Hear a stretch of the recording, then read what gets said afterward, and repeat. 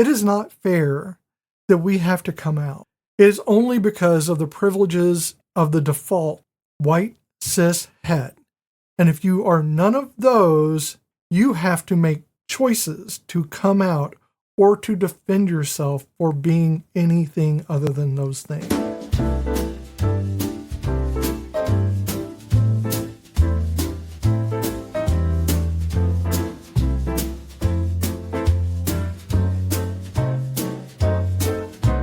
Whether you're in the closet or halfway out the door, it's time for another episode of Cozy Quilt Cinema. I'm Michelle. And I'm Beth, currently carrying around a secret so heavy it's got its own email account, but plotting exactly when to hit send.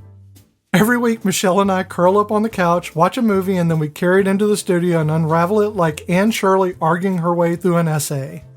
It's not a critical review, though we probably will be critical. Is a coming out story also a love story about everyone learning to be seen? Wrap yourself in your Gigi's Hudson Bay blanket, climb into the blanket fort, and let's watch a movie that is new to both of us. There's no crying in baseball! You're so weird. What? I like doing the non sequiturs. I noticed. And it fits into the movie because there's no baseball. Dear Lord. I know. Save me. I'm so sorry. Sometimes I feel bad for you. Yes. So what movie did I pick out this week? What movie did you pick out? It is Love, Simon, 2018. Yes, it is. I'd never seen it, but I literally Googled LGBTQ plus movies with happy endings. Because I didn't want to be sad. No, I think that's okay. And there aren't many. No, but it's important that we have them. Yes. Because there are so few. The few that we have are very important to us. Yes. I'm gonna jump a little bit here, but I think the only part about this movie that is a little disappointing is our lead is not actually gay. Yeah. That is a little bit disappointing. But other than that, it's a very, very sweet movie. So Love, Simon is about a young man who is counting down his days to graduation, and he has a big old secret, and he has 3 very, very good friends, and they're just kind of coasting through high school, and he kind of like accidentally meets somebody online who goes to his school, and he's also a gay individual, and they start talking, and then somebody finds out about it and uses it to blackmail poor Simon, and shenanigans basically happen. I mean, not really shenanigans because it's not that type of a movie, but things happen, high school-y things, and in the end, Simon is a better person, I guess. And, I don't want to give away too much. I mean, we're going to give him away, but it is a newer movie, like not newer, but it is more recent than a lot of our other movies, so we can talk about it, though. Yeah. So this is based on the 2015 young adult novel, Simon versus the Homo Sapien Agenda, by Becky Albertalli. Yes. And she was also one of the writers in the movie. Right. It's the first major studio film with a gay teenage protagonist at its center, which is kind of cool. It was directed by Greg Berlanti, who is a gay man, whose husband actually has a cameo in this movie. He's married to soccer player Robbie Rogers, and Robbie Rogers plays the soccer coach. Oh, I didn't know that. Yeah. Well, so Greg did Dawson's Creek. CW. Yeah, he did Dawson's Creek, The Flash, Arrow, Supergirl. You're going to see a lot of aspects of that. Sabrina, yeah. Brothers and sisters. Prodigal Son. Just gay. Yeah, I mean, he even... A lot of heterosexual gay and he put up with Misha for Gotham Knights. I love Misha, but Misha's a lot. So the screenplay was with Elizabeth Berger and Isaac Aptaker. It's a weird pronunciation. That's why I had to double check it. It's weird for me, not for Isaac, of course. No, it's his name. And that was, I guess they team up. This is Us. I have not seen that show. Love, Victor, which is a TV series spinoff, I guess, of Yes. this movie, and How I Met Your Father. Like spinoffs. Yeah, some of them, sure. Mm-hmm. Well, Yeah, it's a duo. They're a duo. Yeah. Sorry, I didn't look into that.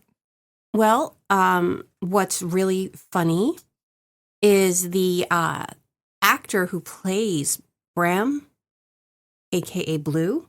Yeah. He came out because of this movie. Oh, that's nice.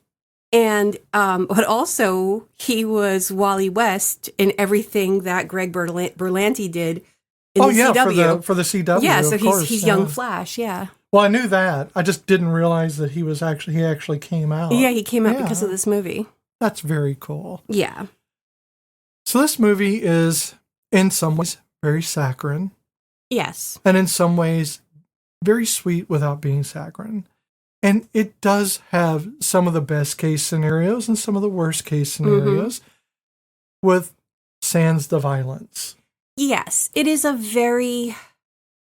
a perfect world almost where things, happen and they don't always happen the way you want them to, but they don't happen to the detriment and the heartbreak of trauma, to the level of trauma, I would say. Sure. Well, let's talk about Simon real quick, because Simon is a closeted white cis boy. He's very sweet. Who lives in an affluent area. Mm-hmm. They are all in the burbs. Mm-hmm. He's not wanting for anything materially. He gave his sister a Cuisinart for Christmas. Sure. And I can't even afford a Cuisinart. I don't want one, but I couldn't afford one. Sure. They're living in a nice house. The parents do well. I think one of them is a therapist. Yes, I believe that's Jennifer Garner's character. Yes, a psychologist. I don't know what the father did, but they were high school sweethearts. Mm-hmm. They stayed together throughout all of that. He never grew up. And they're very happily married and everything. And and he does have, and Simon has a sister. So it's the ideal family life. You're getting that idea of the idyllic family life of the white cishet kind of lifestyle that is going to be very forward in this film for the first part of it. I do like what Jennifer Garner's character says. Her name is Emily. At one point, it was early on, and Simon's like, "Mom, don't therapize us." And she's like, "Well, if I did, you'd be better than you are." Right, like I would have fixed you by now. Yeah. So Simon is carrying this secret, and we'll get into that, but that's not really the issue. I think the issue with Simon isn't that he's gay, to me. No. The issue for Simon, to me, is that he's losing so much time not being out. And that is a common refrain from every out person who is ever outed in their out lives, is that we wish we'd done it sooner, or wish we had felt safe enough to do it sooner.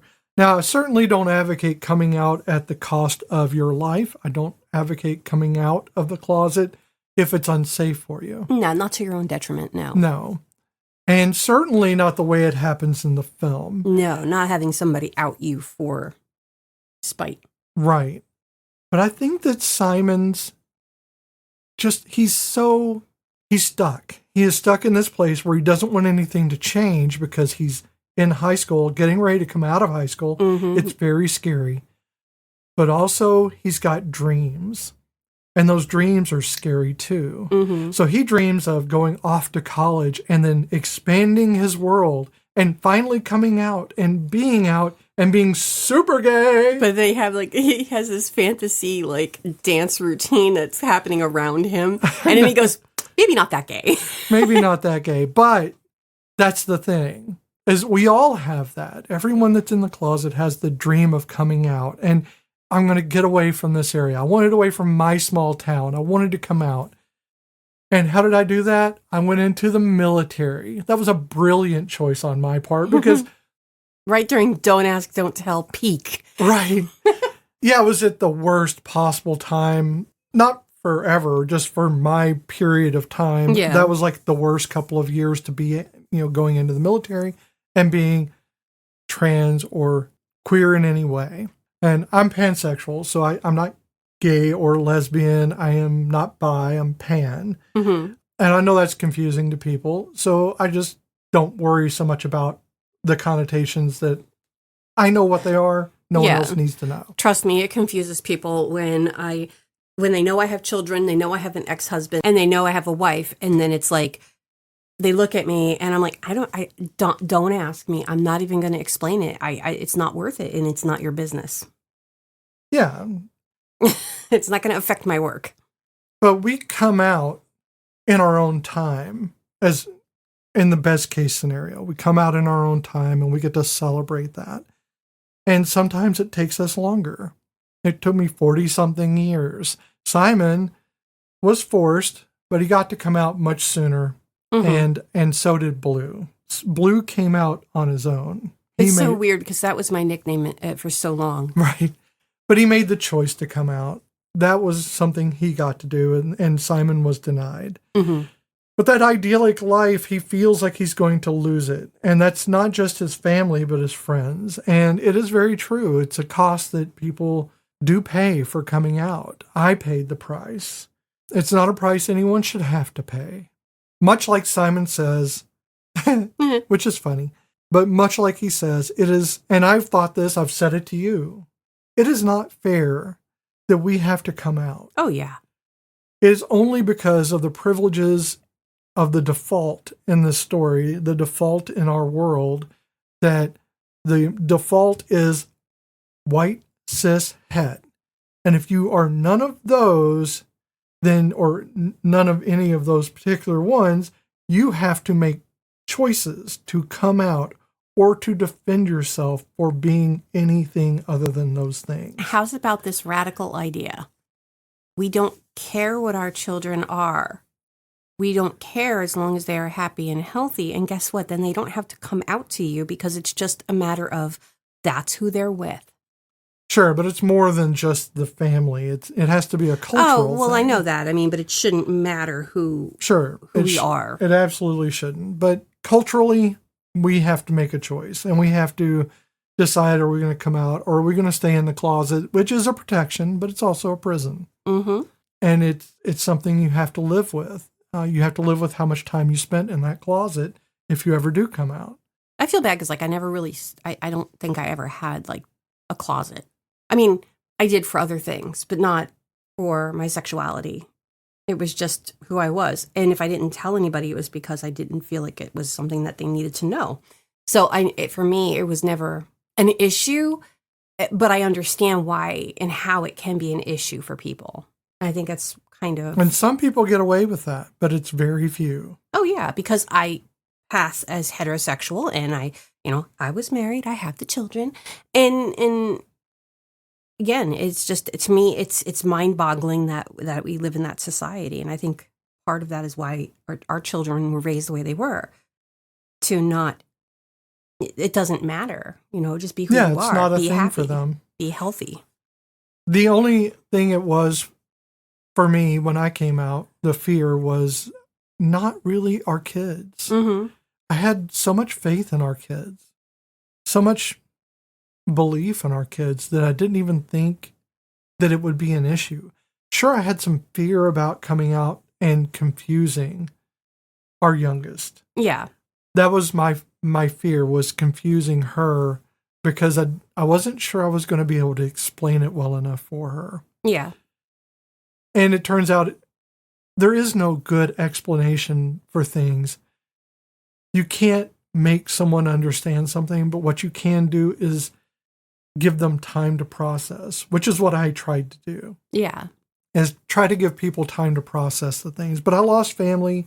I lost friends. Mm-hmm. Those are things I lost. Am I sad about the losses? Yes. Am I sad about not having those family and friends anymore? Not really, because the family and friends I retained, those are the quality. Mm-hmm. Those are the ones I know I can count on, that I never have to worry about how they see me. That is something that Simon didn't get to choose. No. Because he was outed. By a little douche. By a person who had no self-awareness. And the thing is, if you don't have self-awareness, you don't realize how you affect other people. and your actions are often just childish. Mm-hmm. And they're petty and they're small. It's like when we were talking about Bedazzled and Brandon Fraser's character in the beginning of the movie and how unaware he was that people did not like him and the way he presented himself.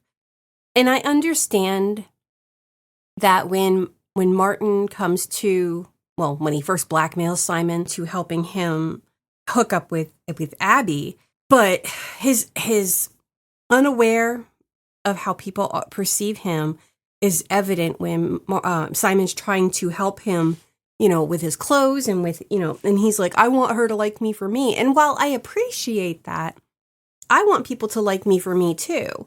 But there are some things you have to tone down before you can explode on the crazy.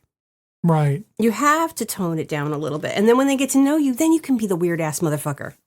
Sure. Well, Simon is played by Nick Robinson, as you said, who is a straight heterosexual person. He plays Simon Spear.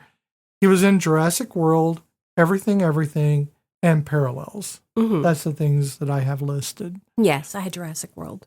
And then we have Martin, who is Logan Miller, who was in Scout's Guide to the Zombie Apocalypse, Escape Room, and the Stanford Prison Experiment. And that's interesting. I've never seen that, but I know the actual Stanford Prison Experiment. Sure. Yeah, these are all 2015 to 2019 movies. Yeah, I didn't know they made a movie about that. I didn't either.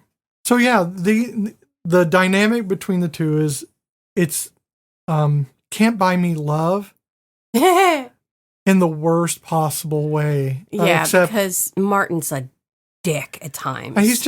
He's actually, I think Martin would not be a bad person if he were self-aware. Oh, yeah.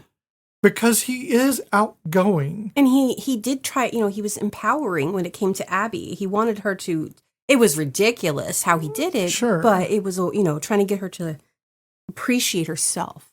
I think that he would, if he just would have been a better person, and he wouldn't have outed Simon if he had been more self-aware. 10 years before, like if this took place like in 2005, he would have been Milady Tips Fedora. Right. I don't know. It's so hard to deal with that type of personality. Mm-hmm. And Simon's forced to deal with him because he is afraid. He does not want to be outed. He does not want his world to change, even though he is slowly working his way in with these emails, because a lot of this movie is a lot of you've got mail. Yeah. It's two people kind of falling in love through email. On a lark, he responds to this post. I guess there's a school site website. Yeah, that's weird. That's cool, but weird, and definitely shows it's weird you how that it's not moderated. Yeah. And that things are left up that should obviously not be left up. Yeah, it definitely should be moderated.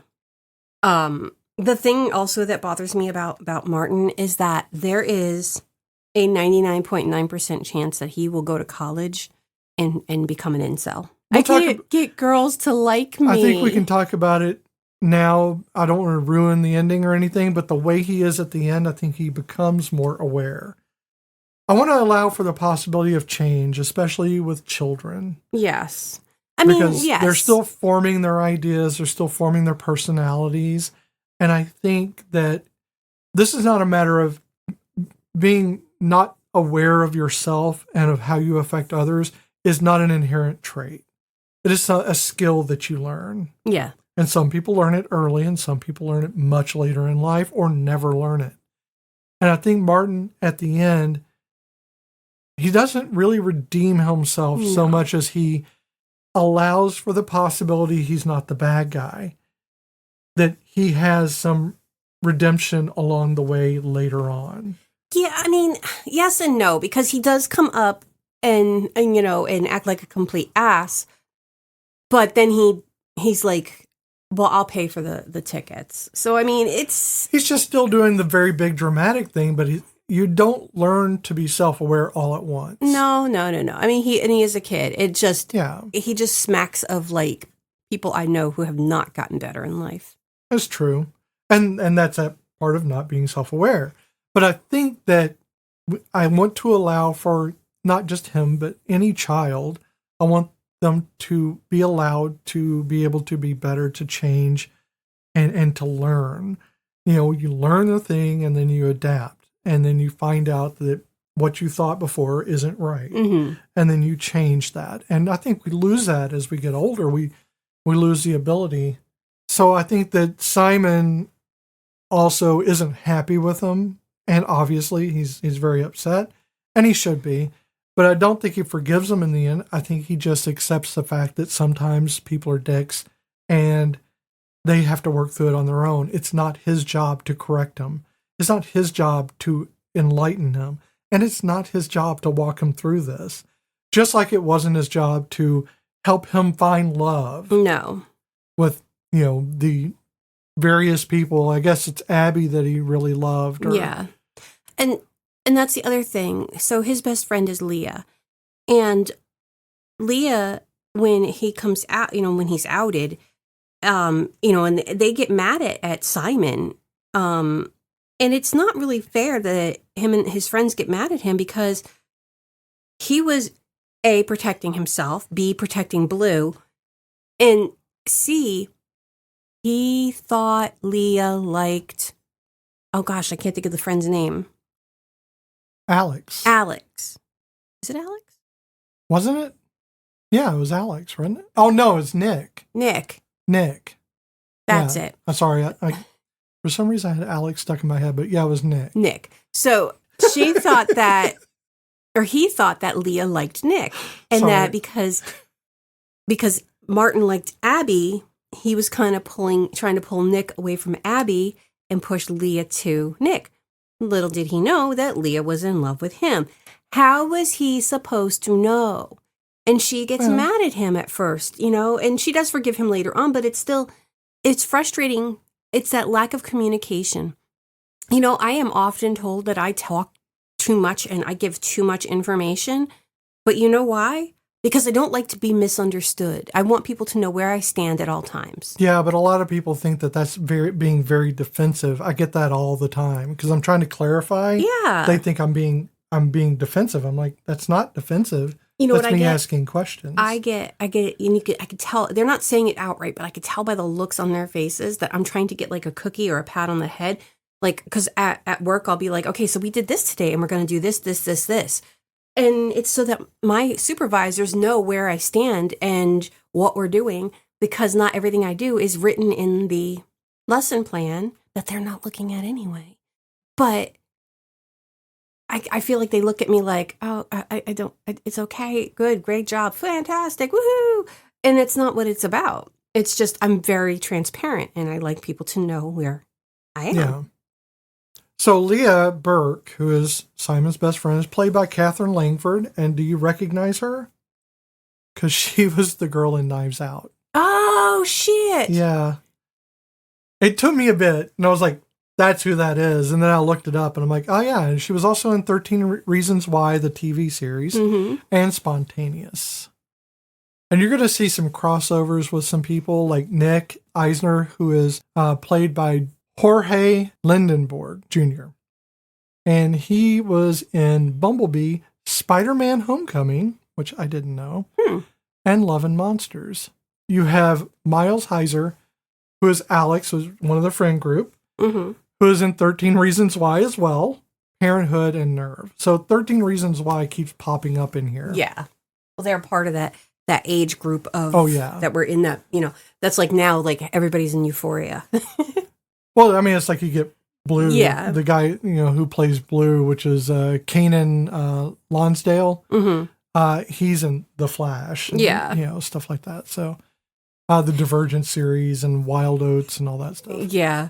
Well, Tony Hale is in this movie as Mr. Worth, the school principal. He's got all his hands. And he has both of his hands, but he's well known to being, he's the youngest of the, oh my God, I forgot their last name at the last minute. Bluth brothers. Bluth. In Arrested Development. Yeah. He's also in Veep and Toy Story 4. He is in Toy Story? Oh, yeah, he is in Toy Story 4. He's also in Sight. It has just now started pouring on us. Yeah, you're going to hear some noise because it is raining. It's ass deluging. Raining, it's lightning and thundering, and Gosh, I hope the chickens and turkeys put themselves up tonight. Me too. So Simon is not closeted because he's ashamed of being gay. He just doesn't want things to change. And being scared is okay. Mm-hmm. Being scared protects you.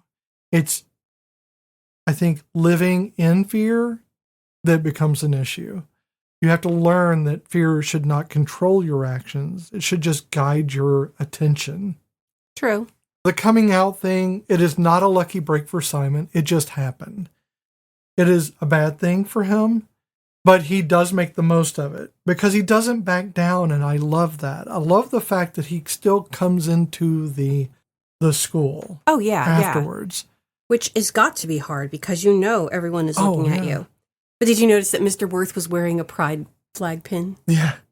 But, here's the thing is I came out at work in a very conservative area, at a very conservative job.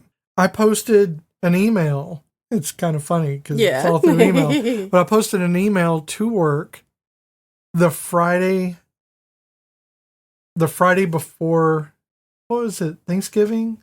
Oh, gosh, Christmas. I don't remember now. I think it was Christmas. I'm not sure. It was before a holiday. Yeah. And it was going to be a week or two before we came back. Mm-hmm. And I posted it because I was like, on Friday, it will give them a week or two to process. I want them to process this. I want them to have it out of their system because when I come to work, things are changing for them. Yes. Things aren't changing for me so much. They're changing for them. And people hate change. Yes. And people don't like the messenger of change. So I gave them time. And then I came to work feeling the same way I felt that Simon was feeling when he came to that end of the school. Mm-hmm. Every eye on you. And as I walked through, because this is like a fairly large company with a lot of people, and I don't know everybody in that company, but they all know me because I've been there the longest, and I just don't know everybody in every area. Yeah. When I walked through the doors, honestly, I hit a mode of this self-protective bubble of I just didn't feel anything. I was numb. Mm-hmm. It was only like a day later that I started feeling anything about it. Yeah. I came home and I was a little bit giddy. Yeah. But only because I made it through the day and I didn't have any big thing happen where somebody attacked or some crazy thing, you know.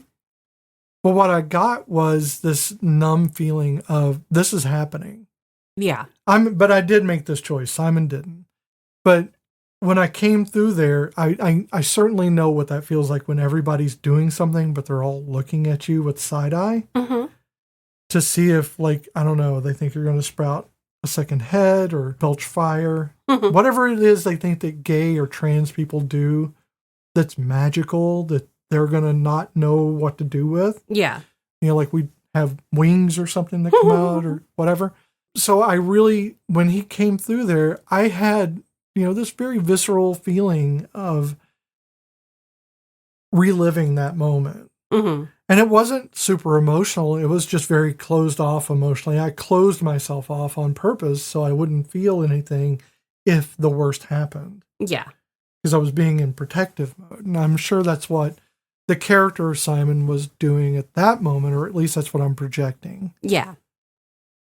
Well, he's going through a lot with Martin holding that over his head and everything, which again, dick move. And it's all because he happened to take a screenshot of his open emails and basically ruining any possibility. Because at that moment, that's what it feels like for Simon is if he opens up and he says something, I'm not out, Blue is not out, and Blue definitely does not want to be out. And when it all comes out at the end, because Martin gets, rejected by Abby, because she's like, no, we're friends, and I think you're funny, but that's about it. That kind of makes Martin go, okay, well, I'm definitely going to out him. And he does publicly through the bulletin board, whatever it is that they for the kids, the online stuff. And then he acts like, he's the victim of it all because he outed Simon because everybody started making fun of him because of what happened at homecoming. And then Simon's like biggest fear is that Blue is going to reject him because of his fear. And that's kind of... Well, he's afraid that Blue's going to recede away from, he won't be able to contact him anymore. Yeah. And that's his biggest fear. And that's what happened. Right. And yeah, it's not even about him coming out necessarily. He's contemplating it. But honestly, I think he just doesn't want things to change right before he leaves high school. And we all make excuses. I think, the excuse was brought up that, I didn't want to say anything because, my grandmother or there's always a reason why we don't come out. Mine was, I didn't want to tell my mom because she had level 4 lung cancer. Yeah. I didn't want to do this because this. We always have a reason, but you come out when you're comfortable doing so, and you come out when you're ready to do so, or you come out when there's no option left but to come out. Yeah. And you'll have your own reasons for it, and that's fine. But nobody should be forced to come out or to have somebody else out them.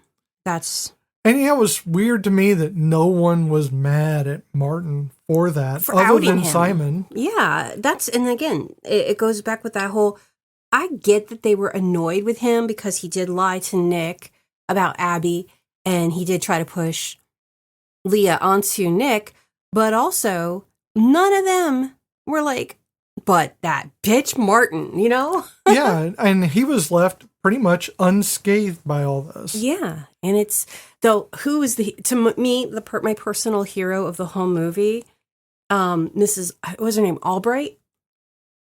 Oh, yeah, Miss Albright is played by Natasha Rothwell. She's the English teacher. Yes. Who is also doing the... Cabaret, the play. Play. And she was in Insecure, The White Lotus, and How to Lose a Guy in 10 Days. Well, what's funny is in the movie, she's like, I was in Lion King, and I'm putting up with this shit now. And I love her.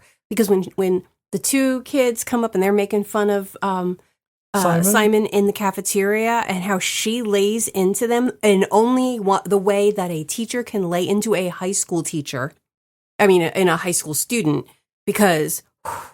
if I talk like that, boy, I'd be fired before my ass even got the first F out. Oh, yeah. No, you'd be, in trouble very quickly. But she was like, they're like, you can't talk to us like that. She's like, the hell I can't. But I love that she stuck up for him. Mm-hmm. And I love how she's like, I don't get paid enough for this. Like when the play starts and the cabaret sign falls. Yeah. And she's like, and she's taking off her headphones. She's like, I don't get paid enough for this shit. I feel that. So one of the things too, and we talked about this, and I had so much trouble not talking about the movie while we're watching the movie. I usually am pretty good at keeping a lid on. We'll make comments, but not like... But I really could not stop talking about everything because it's not that this is a fantastic movie. It's a very good movie, don't get me wrong. But it's just that there's so many coincidental things. Oh, yeah. And one of those things that we talked about, or that I had mentioned, I kept telling myself, Beth, shut up, was the character of Ethan, played by Clark Moore, who is a producer, a writer, and an actor. But he did Crazy Ex-Girlfriend and Huge in France. So he's done several things. Glee. So he's been in a lot. But he is the out gay guy at school. That's everybody knows he's out, and he gets picked on quite a bit. I say picked on. That gives you a false sense of what's happening. People make comments to him, and he comes back with that elegant cattiness that shuts them down. My favorite was, can I get some hummus for that baby carrot over there you're serving? Yeah, because he was grabbing his crotch. Yeah. So, yeah, I think that, and it's true, though, Because I remember thinking this when I was in high school. We had this one guy who was out. He was a gay guy. He was out. And I didn't know how to explain who I was to other people. So coming out in high school was so much more complicated than gay. Mm-hmm. Because gay is already complicated. It doesn't have to be, but it's complicated to explain to hetero people. But trying to explain trans people when you don't know everything yourself, you don't even really understand it yourself, you just know who you are. And it's hard to tell someone, I'm a girl, and they have all these follow-up questions, and you're like, I just have the one thing. Mm-hmm. I just have the one thing that I know I'm a girl. I don't know how to explain that part to you. But there was a gay guy at school, and he was out. I don't even know when he came out, but I think it was like, 5th or 6th grade. We were in a small town. It was very well known, and nobody that I know picked on him. Mm-hmm. He was with the cool kids all the time. Yeah. The cool girls. Yeah. But he hung out with them, and I don't think anybody ever beat him up. No one ever, wanted to play, quote unquote, smear the queer, which is a huge thing to do in that school at the time. And they meant it. Like, they were going to play ball, but they were going to hurt you because you were weak, mm-hmm. or they thought you were weak. So you had to pretend not to be weak at all. But I was jealous of him. I was jealous of the fact that he got to be him. And of course, you don't know everybody else's life. And much like Ethan says in the movie, oh, yeah, my life is not great. Mm-hmm. My mom still doesn't accept who I am. And, she's the one that's saying to his grandmother, all of the girlfriends he has and stuff like that. Yeah. She doesn't accept who he is. And Simon, just kind of assumes, and I did too, that the guy in high school, and we have a very small high school, so the people that know me will know who I'm talking about, which is kind of weird. Because I came out to my school too, way after the fact, 30-something years after the fact. Mm-hmm. But I'm on the school sites. They know. But I was very jealous of him because he got to be him all through high school and for the rest of his life. But I was only jealous because I didn't have that moment. I didn't have the ability to come out. I was afraid of my father, who I don't know exactly how he would have reacted, but it was often with fists. I was afraid to come out to my friends because, much like in the movie where you have Josh Duhamel, who's he playing? Jack? Yeah, Jack, the dad, yeah. Simon's dad. He was in Transformers, Las Vegas, and Shotgun Wedding. Dorian Gray. Yeah, he's been in a lot of things. Mm-hmm. But he's making jokes the whole time. At the start of the movie, before Simon ever comes out, not on his own, Jack is making these jokes. Mm-hmm. And we hear those things. We absorb those things and we catalog those things. When my friends and my family are making queer jokes, I catalog that. I knew for a fact I did not want to come out to these people. I was afraid. And every time they said something, it made me more afraid. It compounded the idea that they're not only are they not going to accept who I am, but it's a fucking joke to them. Yeah. And the worst part was that I started making those jokes. Well, yeah, you're going to. Because the best way to hide is to become the person they expect you to be so that you don't get those jokes told. But you end up propagating those jokes. You end up creating your own closet. And I did that.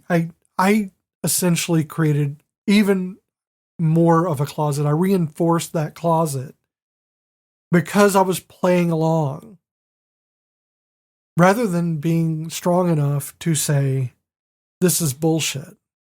Yeah. I didn't want to lose my friends. But little did I know, if I just stepped up right then, I could have lost friends much earlier in life and not worked up a back history with them. Yeah. And anybody coming out of the closet regrets the time they spent in the closet because you could have been doing so much more. But trans people literally lose their past. Every bit of their past that they have in the closet, they lose it when they come out. We take on our own face instead of a mask. That mask falls away and people only remember the mask. Yeah. They don't remember you because they never got to know you. So you lose all that. That is one of the things that just hit me, is when Jack is making these jokes, Simon's face, I mean, that's so frustrating because I'm just seeing that same thing. Oh yeah, no. And he does, and he's very it's awkward and uncomfortable, and the jokes that he makes. I get it. You have a teenage son and you're trying to, I guess, relate. But it was, I don't know, inappropriate. Like, I don't, as many times as our oldest annoyed me or I thought things were funny, I don't think I ever made it. Well, I don't know. Our kids they don't really get embarrassed about things. I tried so hard. We tried to embarrass them, but they didn't. But it wasn't about their sexuality or anything like that, because our kids are very open with us. Yeah. And I think while we've fallen a few times, maybe not done the best job in the world in that aspect, we've always come around very quickly. I mean, trust me, even now with our even with our middle one, he will say stuff and I'll be like, gay. Because he's so gay. He is, but that's an affectionate gay. My favorite picture of him is with his ex-boyfriend, and everything is pastel, and the boyfriend is standing behind him, and our son is sitting down, and he's holding the chihuahua. Super it gay. was the gayest family portrait ever. I mean, there were pastels everywhere. And it's like they got the gay package. They really did. And it was, I mean, it's adorable, don't get me wrong, but it's still the gayest picture. I show people, look at this shit. My kid's so gay. That's a proud gay. I love him to pieces. I love him so much. But yeah, I mean, that's with Jack though. It's bordering on very easily into derision, where you. And I can see why Simon would not want to come out to that. Right, exactly. Now he's afraid because my dad is a bigot. Yeah. I mean, you have to think that, because it's not like he's brought up, oh, well, yeah, I've got gay friends or anything like that. No. All he knows is that he makes jokes about gay people. Yeah. Where I used to hear jokes about gay people and, those drag queens when they're talking about trans women. Yeah. Or how they're prostitutes and shit like that. It was always something. Yeah. It was always very derogatory. Yeah. I got some of that in different ways. Like, how you don't dress a certain way because that's whorish, and, you don't want to be a whore, and, and only girls like that had like tattoos. And what's really funny is I heard that my whole life. You're not going to get tattoos. Tattoos are for bad girls. Blah, blah, blah, blah. And just trampy girls get tattoos. And then when my middle sister was 15, my mom actually signed the papers for her to get her first tattoo. And her reasoning was because she was going to do it anyway. Yeah. And then now there's 7 years difference. So let's see. She was 15, 16, 17, 18, 19, 20, 21. I was 21.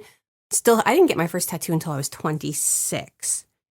And my mom actually got her first tattoo like about 6 months before mine. It was like, yeah. She only has the one, and it's a little tiny heart with daisies, but still. But it was weird, and then she felt bad, and then I think, she was part of me getting my first tattoo. But it was still like one of those moments where it's like, she's like, I know, it was old-fashioned thinking. I'm like, yeah, what you old-fashioned thought all over me, and even now, sometimes I don't even notice that I have tattoos, and then I'll catch, like, I know they're on my arms. I do it too. The one that I've got, but I'll be like, it. I'll be doing something like I've been subbing this summer, and I'm in a classroom with, teachers who don't know me, and I'm wearing, short sleeve shirts, and because it's summertime, and my tattoos show, and then I'm like, oh, I hope they're not judging me, and then I realized, you know what? Where we live, 90% of the populace has tattoos.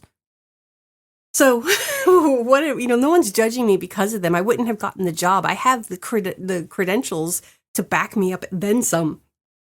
But it still freaks me out. So yeah, because that's just that learned. And I know that's so mild compared to the reality of what we're talking about.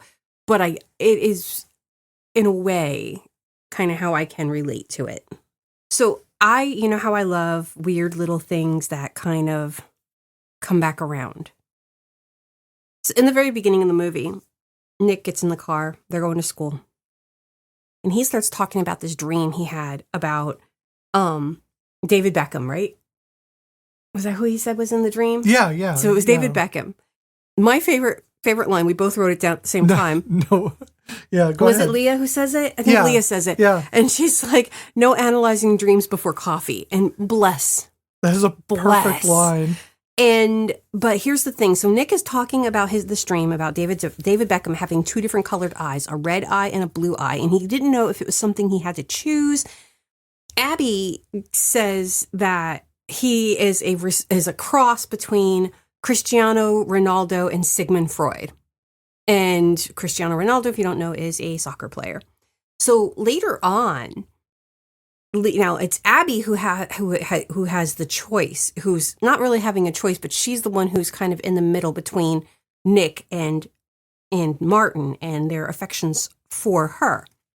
And at the party, they go to this Halloween party, and Nick is dressed up like Cristiano Ronaldo, and Martin comes as a Freudian slip.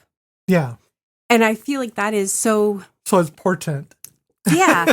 But when Leah asks, like when Nick asks Leah out, Leah's wearing blue and Abby's wearing red. Oh, yeah. Wow. Yeah. I didn't notice that. That's very good.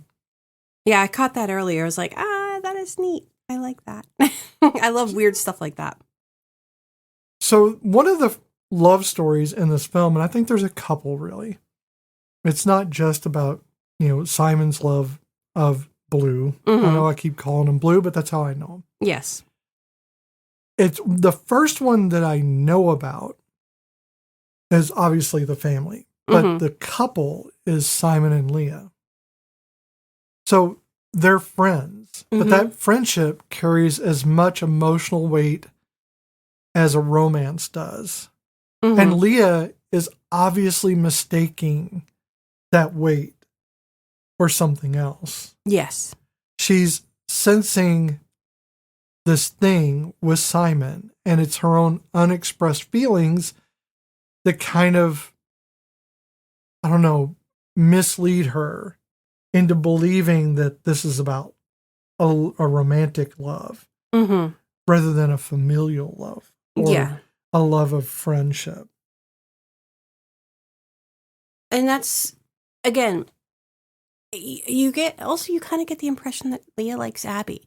And while that's not touched... I know, I did. So that they're actually, according to what I was reading, I believe that they do talk about that in the book, or there's a sequel, but it's not brought up in the movie. Okay. But, yeah, you don't... I definitely got that sense because I pointed it out to you. Yeah, but you don't know if she's... because she's saying, she feels left out. She feels like she's on the outside staring, looking in, and there's a line. And right. And I am thinking it's just because she's awkward, because I felt like that too in high school, that everything was happening around me, and I may have been at the party, but I wasn't at the party. I wasn't a part of the party. It was fun, and I enjoyed it, but I wasn't doing the things and being a part of. So one of my favorite memories of being a teenager was, oh God, I don't know how we didn't die. A friend had a boat, and and it wasn't a very big boat, but it was a boat where you had a cabin underneath the front of the boat. And I don't even know what kind of boat it was, but we took it out. It was nighttime, and we went out. Schooner? No. It was, but yeah, it was like a fishing boat, but and it had the deck and everything, and really, it was a nice boat. Like the Orca. It was a nice boat, but it was, no, it wasn't even that big. Okay. But I think there were about like 7 of us on this boat, and we ended up going out into the bay. Nobody remembered to drop the anchor. We turned off the outside lights, and we were inside the cabin area, just sitting around talking and playing games. And even in that intimate, tiny little area, I was still the odd person out. It was like, and it wasn't like we were all couples. I think there were only like 2 couples. And I wasn't part of it. And it was because I was never a part of the group. Yeah. Again, they all grew up together and we drifted. God, did we drift? I don't know how we didn't go ashore, because when we realized that nobody put the anchor down, or how we didn't get hit by another boat, we had drifted pretty close to shore near a park in the area. But again, I get that. Even in such a tiny little intimate situation, and again, I had a great time. It is one of my most fondest memories. But I was never a part of the group. And I was only there because of a friend of mine, that she was invited and she drugged me along. And so I always knew that if it weren't for her, they would never have thought to invite me. And that sticks with you. So when when Leah is telling Simon, that's what I'm thinking. I had no idea that she was basically trying to confess her emotions. So how the hell was he supposed to pick up on that? I didn't even notice it until they were going to sleep, and she had kind of snuggled in. Mm-hmm. Because she's at the foot of his bed on a makeshift pallet, I think. Yeah. And the look on her face. That's when I realized, I'm like, oh, she's in love. I thought she was in love with Abby. I thought she was going to confess to him. That's what I thought too. I thought maybe that outside thing was her hiding who she is. Exactly. But I get that. I do get that. I think a lot of people get that. More probably than you expect, because a lot of people feel alone in crowds, even if they're popular and stuff like that. But I was never popular. I had popular friends. Yeah. I mean, I had a story much like that, where we were juniors in high school. We went to a college and we hung out with a bunch of people there, a bunch of college kids. And it wasn't a party per se. It was just hanging out with them at in a fairly large apartment with a bunch of girls and a few guys and stuff. And we were like the youngest ones there, but we're all just kind of hanging out and talking, getting a little high, stuff like that. And I was there doing all the things they're doing, but there was definitely this pane of glass between us. Mm-hmm. And if they turned away from me, it's almost like they were outside, or, they were on the other side of a wall. Yeah. And I just didn't feel seen at all. And that was fine with me, because I didn't really want to be seen. I wasn't even really enjoying being there. I was enjoying the fact that we were doing the thing. Mm-hmm. But also I had a separation of, it's not me doing it. You ever try to play badminton in a Halloween mask? That's what it's like being trans and in a closet, in a college, in an apartment, hanging out with people. You just feel kind of stupid. Yeah. And you just get that echoey feeling in your mouth. You just feel sweaty. It's just a bad time all around. So I get what Leah is saying, but I didn't realize it was about love. But I think, again, it wasn't really that kind of romantic love she thought it was. First of all, love has to kind of be shared. Mm-hmm. One-way love doesn't really mean anything. It's more obsession or fantasy.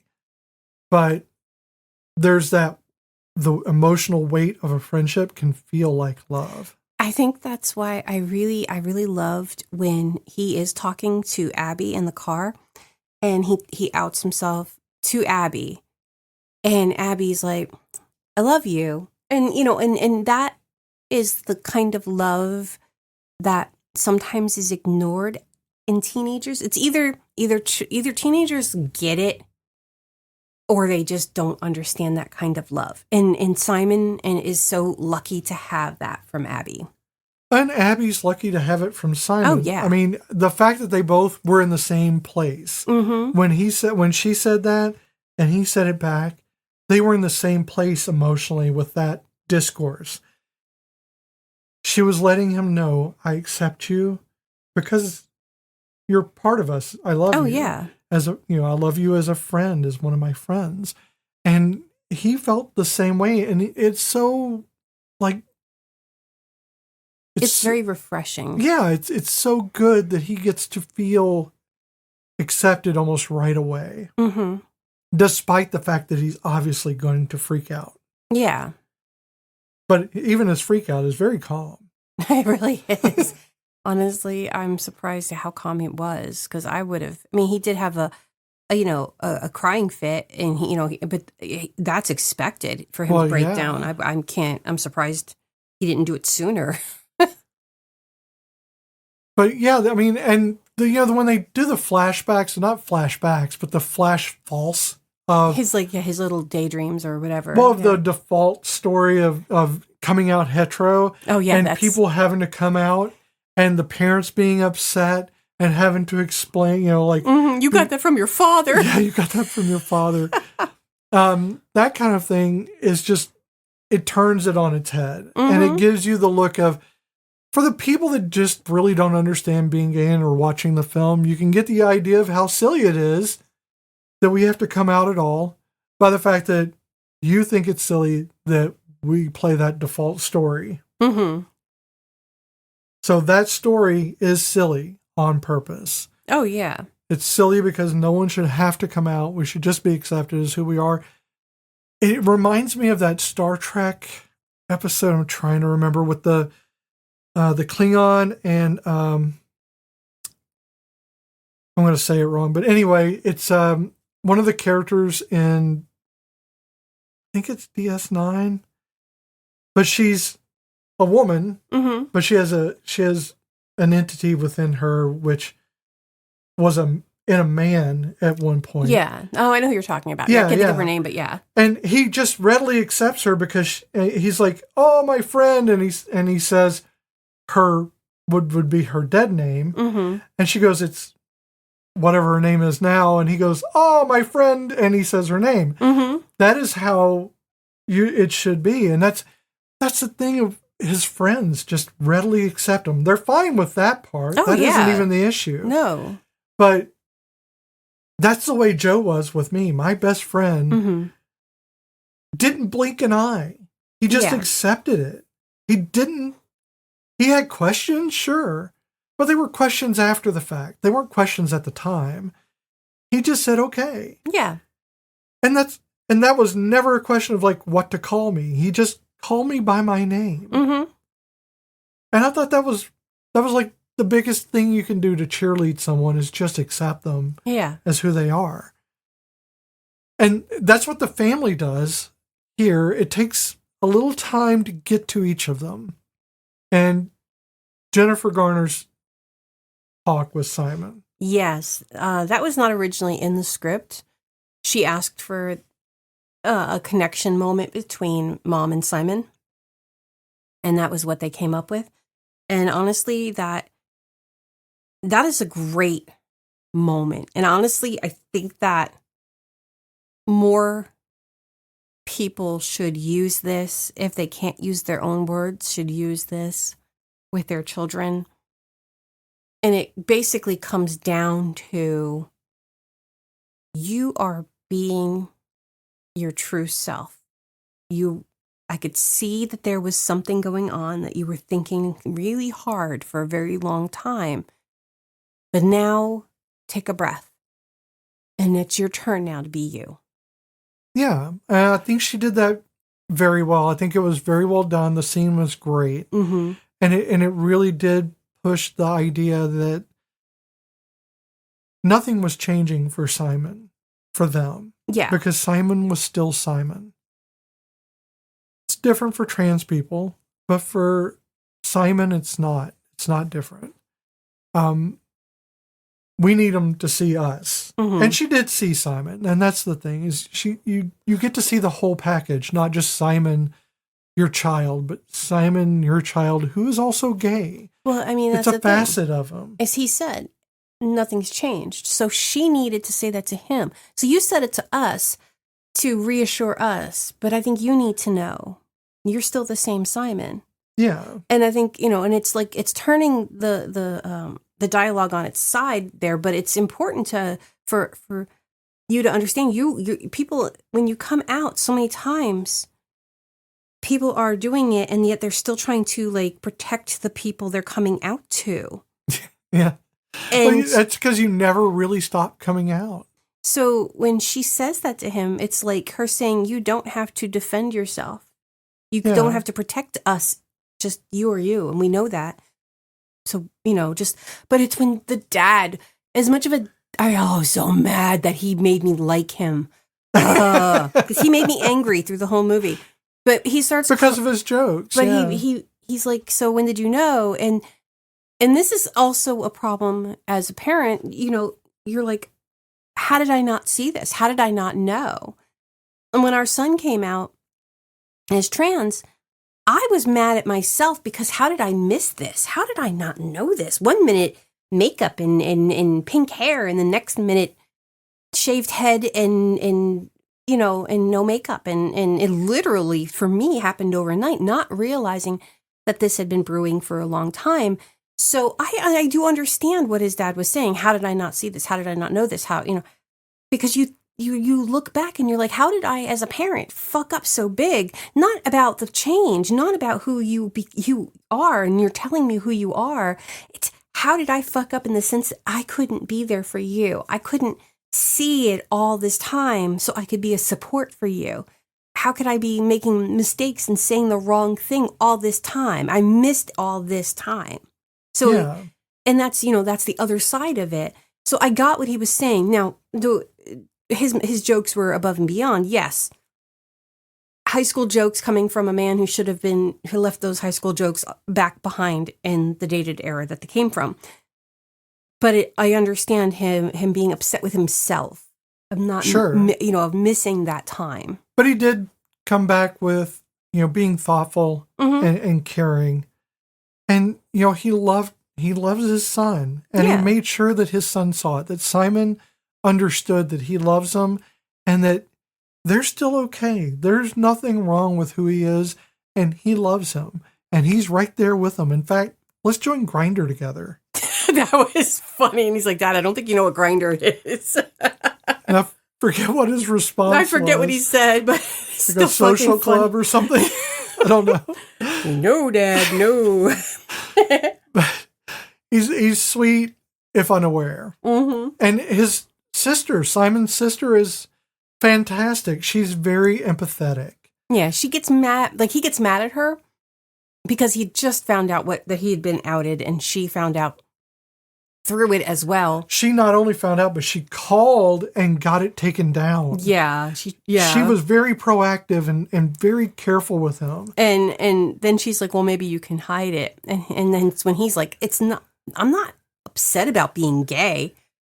It's about being outed. And why would I want to hide it? It's out there now. Hide it. But she didn't fully understand. No, because she's a kid. She's a child. And he understood that he was just lashing out because he was upset. Yeah. Because his choice was just taken away. Yeah.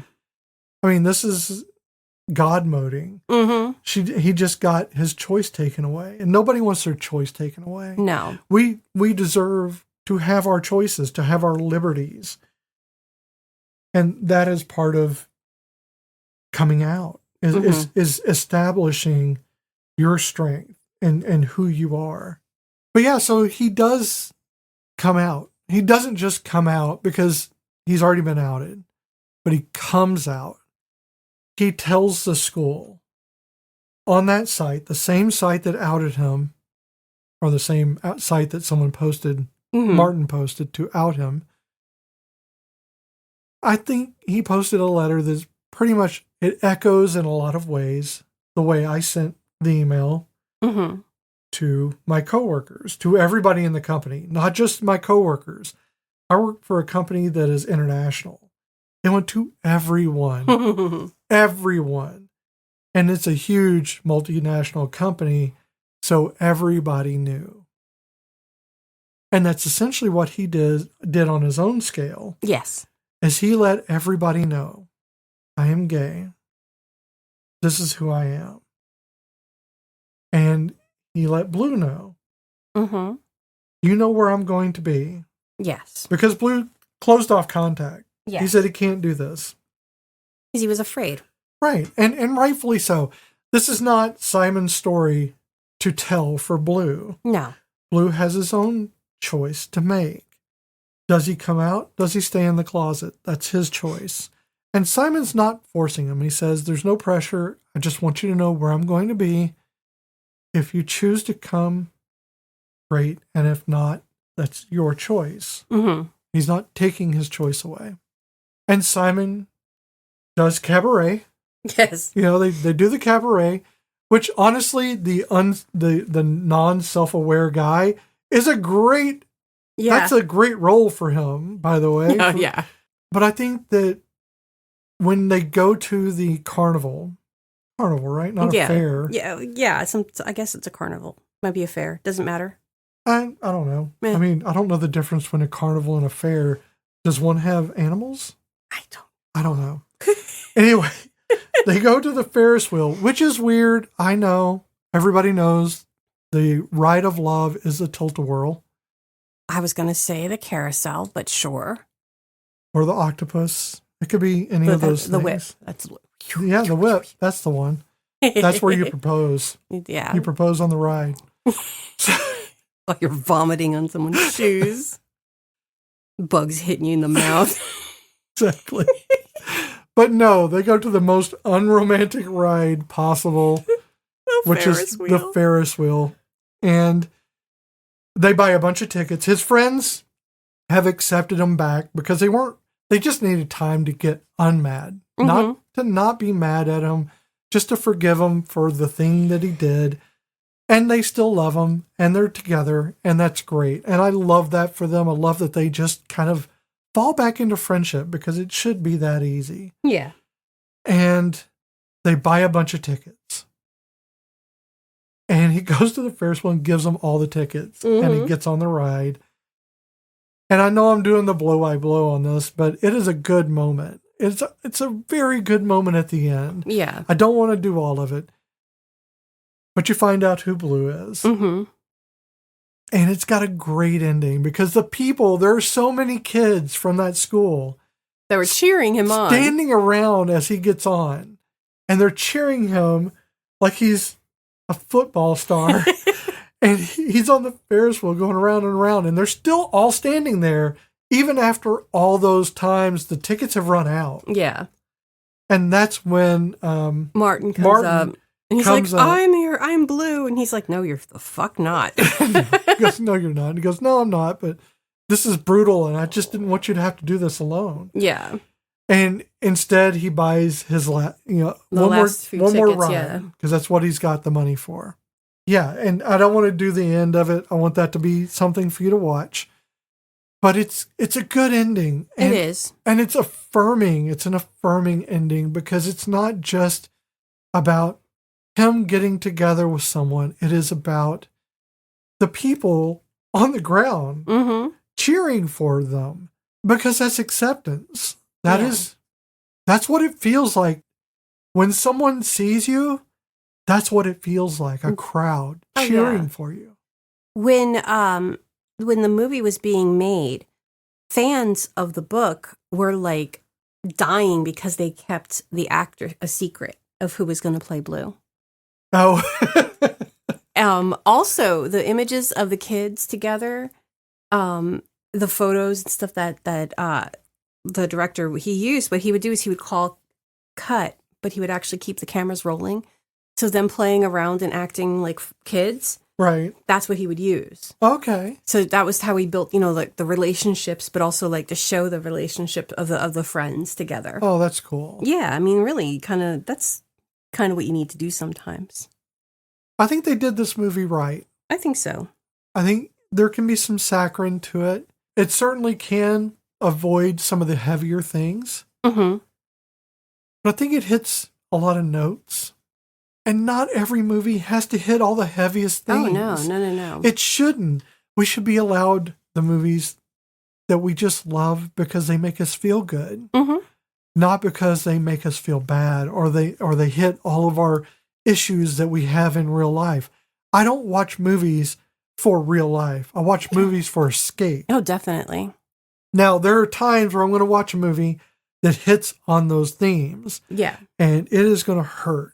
And I'm going to cry. Mm-hmm. But I cried during this too.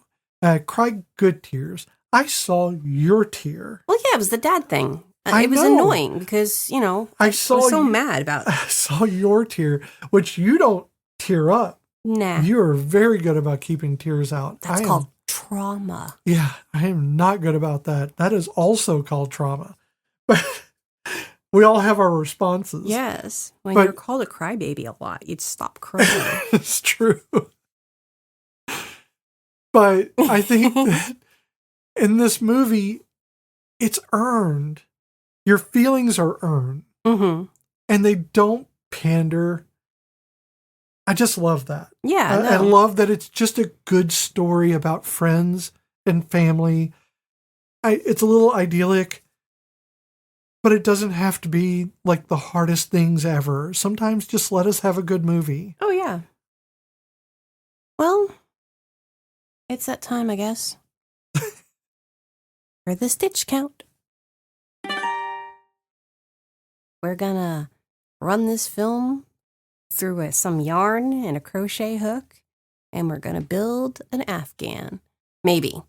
Or are we gonna have to frog the whole thing and just toss it into the bin of lost yarn? Haha. Okay. You do your analogies on it, and I do mine. Certainly did. So let's look at the Castellini test. Let's do that. There have to be at least 2 named women characters with at least 5 lines of dialogue each. There are 3. Emily, Leah, and Abby. This is true. Those characters must have a conversation not necessarily with the other woman, either not about their partner or with their partner, future or current, and not about their relationship. And, Emily, when she's talking to Simon. Right.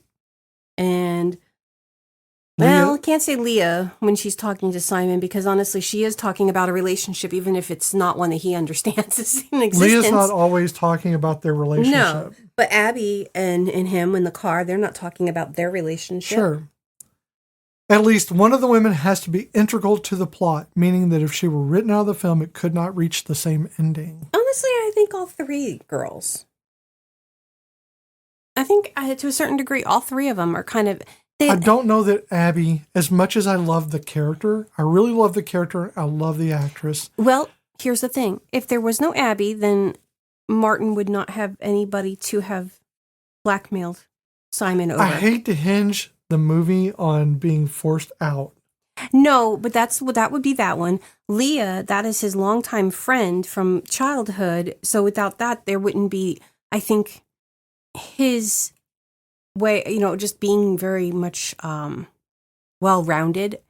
I don't know if that would have happened. Like, I don't think he would be as well-rounded if he didn't have a friend like Leah. Okay. And I love them going to the Halloween party as John and Yoko Ono. Yeah. I think that was that great. Nobody knew. Nobody knew. What did one Just person like they say? went to a garden party or something. What did they say? I thought that she was who? And then he was Jesus. Yeah. I forget who they said she was. I forget who they said she was. Yeah, it was funny. But, and Emily's his mom. And again, I don't know necessarily. I think if he was raised by just Jack, he'd be a lot more closeted. Maybe. Yeah, that could be right.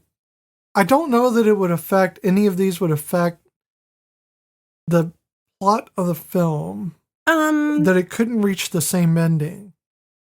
Well, I don't know if Simon would have been willing to talk to Blue if he didn't have Emily's influence. You know, I'm not gonna overanalyze it. Yeah, because I'm overanalyzing it. So I mean, so I'm gonna say let's just say it passes because I think there's enough feminism in this in a lot of ways that it's fine. Yeah, we're gonna give it a pass on that because I don't want to dissect it too much. It's about their relationships to Simon. Yeah, and there's definitely a feminist quality. There is equity, I think, when it comes to the women in this movie. So we'll say it passes a Castellini. Okay. I'm making paper noise. Paper noise. So let's go to inclusivity and gaze. Now this is an on-off situation. We have a max of 4 points. So it's either 0 or 1 for each line. Yes. Racial diversity with agency, not just background. Yes. Okay. It's true. It is true. We have lots of different races. Not all of them are in the foreground, but we have several that are in the foreground who are main characters. I don't know character adjacent. I don't know if you caught the joke that Martin is racist and not really racist, but it's not the greatest joke. But he makes it to Abby, kind of in the background. He's like, what was something about somebody being blue and Jewish? You call them bluish. And then turns out, no, if you're black and Jewish, you would be bluish. And Abraham. Oh, that's when they were in the cafeteria. Yeah, and Bram is black and Jewish. That is true. So yeah, there's that. Yeah, we'll say it gets a 1 on that. Yeah, because Abby and Nick, they're main. Now, this one I'm not sure of. LGBTQ presence that isn't a punchline or a tragedy. Well, it's not a tragedy, and it's only a punchline to the assholes, but they get called out for. So no, it gets that. It gets that one. It gets that point too. Yeah, I mean, this whole movie is about LGBTQ presence. Yeah. Now, it has no trans people in it, but it doesn't require that. It has some representation. Yes. Of LGBTQ in it, and that's fine. It's not a punchline, not a tragedy. No. Age, body type, or disability treated with dignity. Well, it's not treated with non-dignity. The old people tend to act like they act like old people. They act like... Except for Mr. Worth acts like Steve Buscemi in that one SNL sketch. Yeah. Hey, my dudes. Hey, my fellow students. My fellow students. Yes. Want to buy some drugs? I have a weed. But yeah, no, I think that it is treated with dignity. Although the principal surely played for comedic effect. Yeah. But he's over empathizing. He's trying very, very hard. I don't think he's a bad guy. No. He reminds me of the principal that our youngest had on the first day of school. He played the drums at the opening orientation. Yeah. Like, hey, look, I am cool with the cool kids. Yeah, trying way too hard. And he's no longer there, so yay. Camera gaze, not relentlessly sexualized or punitive. Oh, yeah, no, definitely. No, it was very well done. I don't think the camera was lingering anywhere. I think it was done very well, which is good because although these are not children, in reality, this is a story about children. Definitely. And that could have been ick. Yeah. All right. So all 4 points, you think? Yeah. Unless you have something that you want to take off. Nope. I want to make sure I was getting them all. All right. Now let's look at the Tremors Index. Now this is a basis for how we feel personally of how it lines up with one of the best movies, Tremors. Now, it's either 0, below Tremors, fails the basics, all the way up to 4, exceeds Tremors, rare, powerful, and intentional. What do you think? So, I think I'm going to hit it 3. Yes. I honestly was going to say 4. Okay, let's go through it. So anytime we get to that point where someone's got a feeling that it's something out of the norm, like a 4. I like to go through those steps. Oh, definitely. And we'll see how it hits. So 4 is exceeds Tremors, rare, powerful, and intentional. 1, it matches Tremors' baseline and adds explicit thematic depth. Okay. So the baseline for Tremors is competence is distributed across age class, which, yes, it does. Women make critical decisions without comment or apology. Yes, all 3 of the main women. Narrative assumes equality and moves on. Yes. And survival requires cooperation, not dominance. Nobody is better than anybody else to survive this. Right. Even Martin. So what explicit thematic depth does this plunge into? Well, I mean, it's talking about coming out. It's beyond just survival. It's about the emotional closet, but also him being able to have the bravery, really. Not, I hate to say that. It's not the bravery. He shouldn't have been outed, but he needed to. The theme of it is Simon becoming who he really is, showing the world who he really is inside. Not, and it, to me, because it's more of a personal and less of a an overarching. I think it focuses on the theme. Does that make sense? It makes sense in my head, but I'm not sure if I'm getting that across. No, I think that I see what you're saying.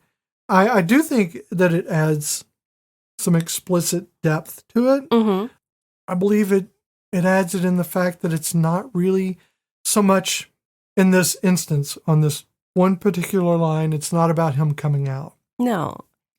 It's about his survival. It's about, like you said, once you're out, what do you do with that? That's it. I couldn't get those words the way I wanted them. It's not enough to lose your chains. You have to know where you're going with it. You have to be able to still take the steps afterwards. And he is.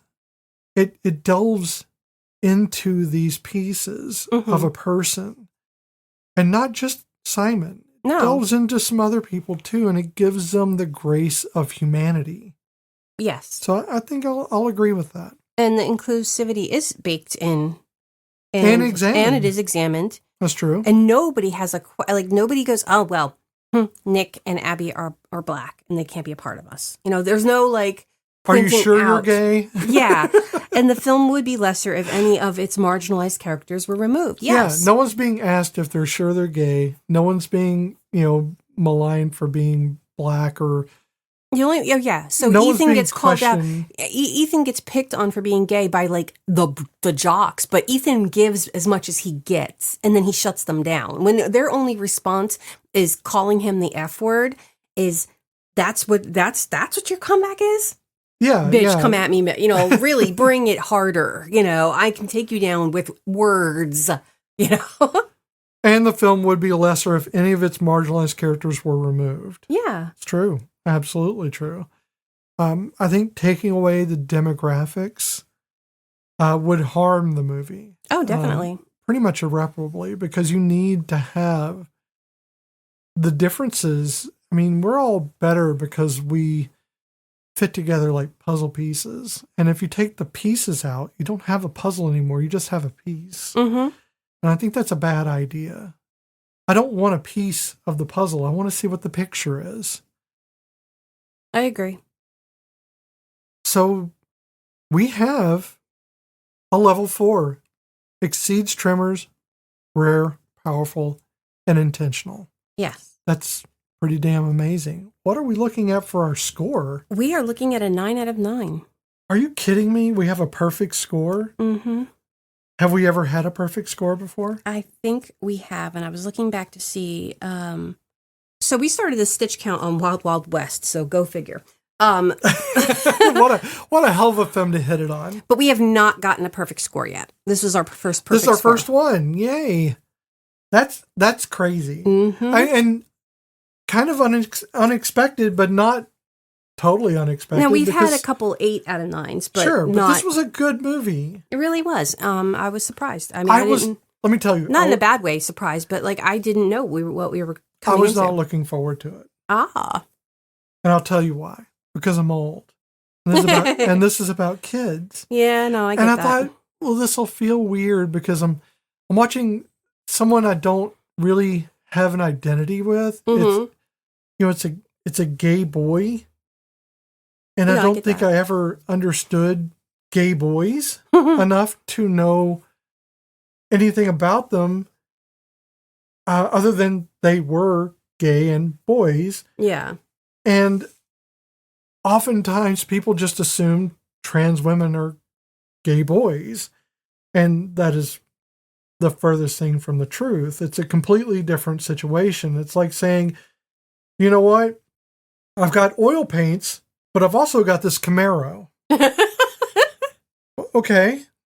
Yeah, but I want you to paint with the Camaro. Well, I can't. That's not oil paint. I can't do that. It's not the same. You can't do that. So it's the same thing.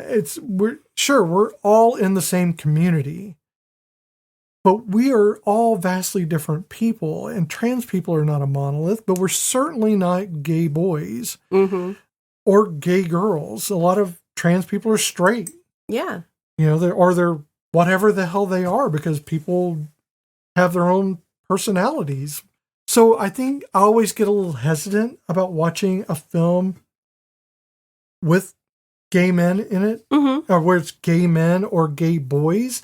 Even The Birdcage, I was very hesitant. Yeah. Because I just don't know enough about them, because it's not my identity, it's theirs. Yeah. And I think I should see more of them, because I've always enjoyed them. Every time we've watched one, I've gone, this is great. And I kind of get why it's so hard for people to see trans films, because they don't know what they're getting into, and you're not going to, and no one's expecting you to fully understand them. Yeah. But this is your time.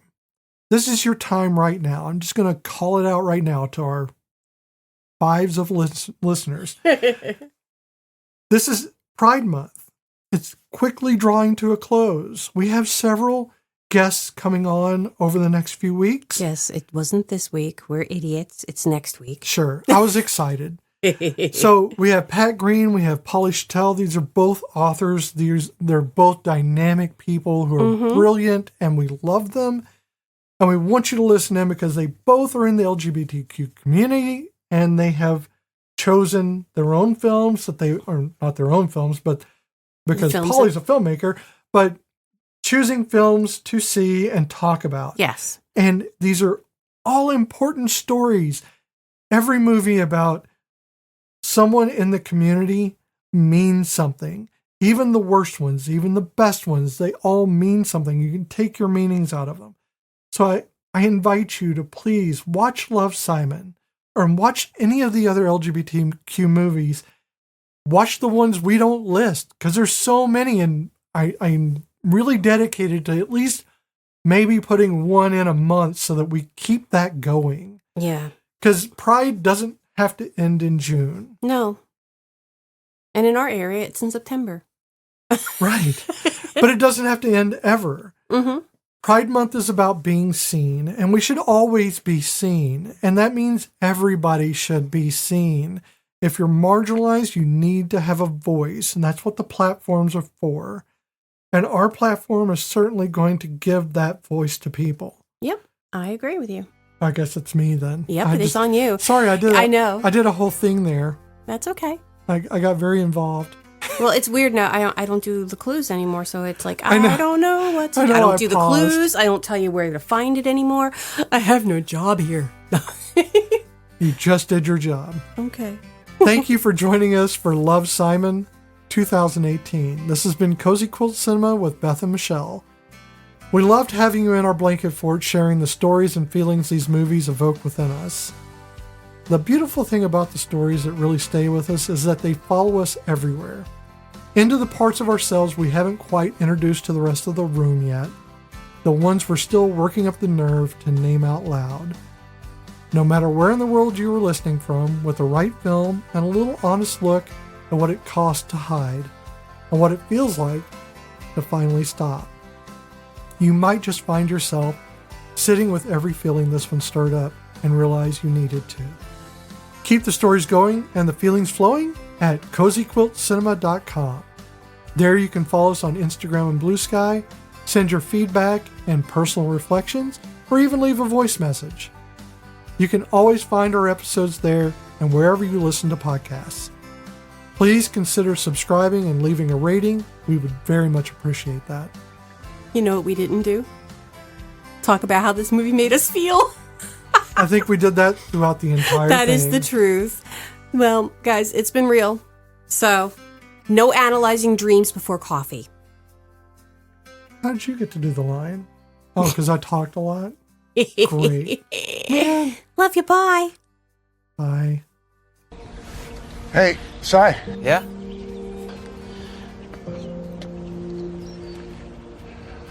How long have you known? I was around 13. 4 years. 4 years at eating dinner together, 4 years of going to movies together. I'm sorry. I shouldn't have missed it. Hey, no, Ted. All the stupid jokes. I know you didn't mean them. I just want you to know that I love you. I wouldn't change anything about you.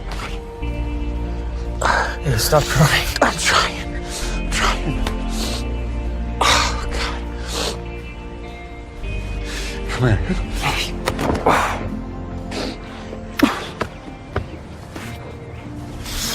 What's that video from Mom coming? Good? I don't know how to export it, dude. Can you help me with that? Yeah. Let's go. Hey, I thought maybe we could sign up for Grindr together. You don't know what Grindr is, do you? It's Facebook for gay people. Not what it is.